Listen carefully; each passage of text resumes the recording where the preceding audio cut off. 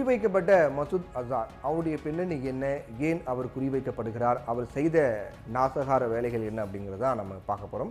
பஹல்காம் தாக்குதலுக்கு பதிலடியாக இந்தியா மேற்கொண்ட இராணுவ நடவடிக்கையில் பவால்பூரில் இருக்கக்கூடிய ஜெய்ஷ்-இ முகமது தீவிரவாத அமைப்பினுடைய தலைவர் மசூத் அசாரினுடைய குடும்பத்தைச் சேர்ந்த 10 பேர் மற்றும் 4 நெருங்கிய கூட்டாளிகள்லாம் கொல்லப்பட்டதாக அந்த அமைப்பை தெரிவிச்சிருக்காங்க.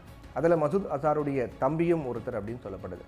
கடந்த 1968 ஜூலை 10 அன்னைக்கு பார்த்தோன்னா பஹாவல்பூரில் அல்லாபஷ் சபீரினுடைய குடும்பத்தில் மசூத் அசார் பிறந்தார்.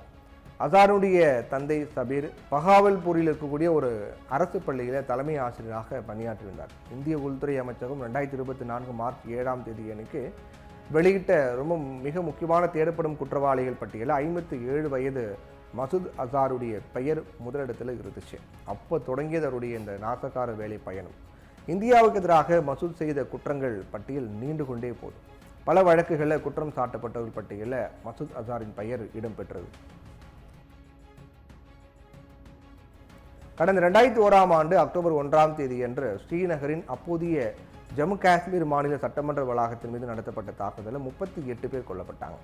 இதில் மசூத் அசாருக்கும் பங்கு இருப்பதாக குற்றம் சாட்டப்பட்டது.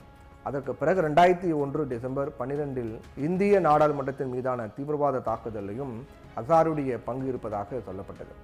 இந்த தாக்குதலில் இந்தியாவின் 6 பாதுகாப்பு படையினர் மற்றும் 3 உயிரிழந்தாங்க. 40 பாதுகாப்பு படையினர் கொல்லப்பட்ட புல்வாமா தாக்குதலையும் மசூத் அசாரின் பங்கு இருக்கிறதாக குற்றம் சாட்டப்பட்டது. இது எல்லாத்துக்கும் முன்னதாக காந்தஹார் விமான கடத்தலின் போது மௌலானா மசூத் அசார் பெயர் பரபரப்பாக பேசப்பட்டது. 1999ஆம் ஆண்டு காந்தஹார் விமான கடத்தலின் போது விடுவிக்கணும் அப்படின்னு கோரப்பட்ட 3 தீவிரவாதிகளை மசூத் அசாரும் ஒருத்தர். காந்தஹார் விமான கடத்தலின் போது இந்திய அரசால் விடுவிக்கப்பட்ட மசூத் அசாரை அப்போதைய இந்திய அரசின் வெளியுறவு அமைச்சர் சிறப்பு விமானத்தில் காந்தஹாருக்கு அழைத்து சென்றார். அன்னிலிருந்து இந்திய பாதுகாப்பு அமைப்புகளால் தேடப்படக்கூடிய குற்றவாளியாக மசூத் அசார் இருக்கார்.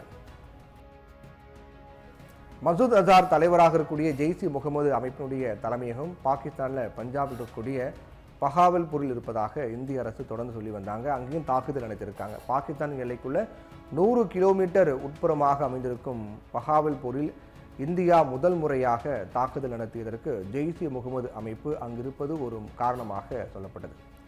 மசூத் அசாரை ஒப்படைக்குமாறு இந்தியா பலமுறை பாகிஸ்தான் கிட்ட கேட்டுக்கொண்டாலும் அவர் பாகிஸ்தான் இல்லை அப்படின்னு பாகிஸ்தான் சொல்லி வந்தாங்க. மசூத் அசாருடைய ஜெய்ஷ்-இ முகமது ஐக்கிய நாடுகள் சபையின் பயங்கரவாத அமைப்புகள் பட்டியலில் சேர்க்கணும் அப்படின்னு இந்தியா கோரி வருகிறாங்க. ஆனால் இந்தியாவின் இந்த கோரிக்கைக்கு எதிராக தன்னுடைய வீட்டு அதிகாரத்தை சீனா பயன்படுத்தி வராங்க. இந்தியாவின் சுமார் 10 ஆண்டு கால முயற்சிகள் மற்றும் புல்வாமா தாக்குதலுக்கு பிறகு கடந்த 2019 மே 1ஆம் தேதி அன்று ஐநா சபை மௌலானா மசூத் அசாரினுடைய அமைப்பு பயங்கரவாத அமைப்பு அப்படின்னு அறிவித்தாங்க. இந்திய உள்துறை அமைச்சகத்தால் மிகவும் தேடப்படும் நபர்கள் பட்டியலில் குறிப்பிடப்பட்டிருக்கூடிய மசூத் அசாரின் செயல்பாடுகளின்படி அவர் தலைமையில் ஜெய்ஷ்-இ முகமது தீவிரவாத நடவடிக்கைகளுக்கு மிகப்பெரிய ஆட்சேர்ப்பு இயக்கத்தை நடத்தி வருது. மேலும் இந்தியாவுக்கு எதிராக நடவடிக்கை எடுக்க இளைஞர்களை தூண்டி விடுவதாகவும் அதில் சொல்லப்பட்டது. ஜனவரி 2002இல் மௌலானா மசூத் அசார் பற்றிய விரிவான கட்டுரை ஒரு ஆங்கில நாளேடு வெளியிட்டாங்க. அதில் மசூத் அசார் கராச்சியில் படிக்கும்போது ஹிஜாதி நடவடிக்கைகள் ஈர்க்கப்பட்டார்.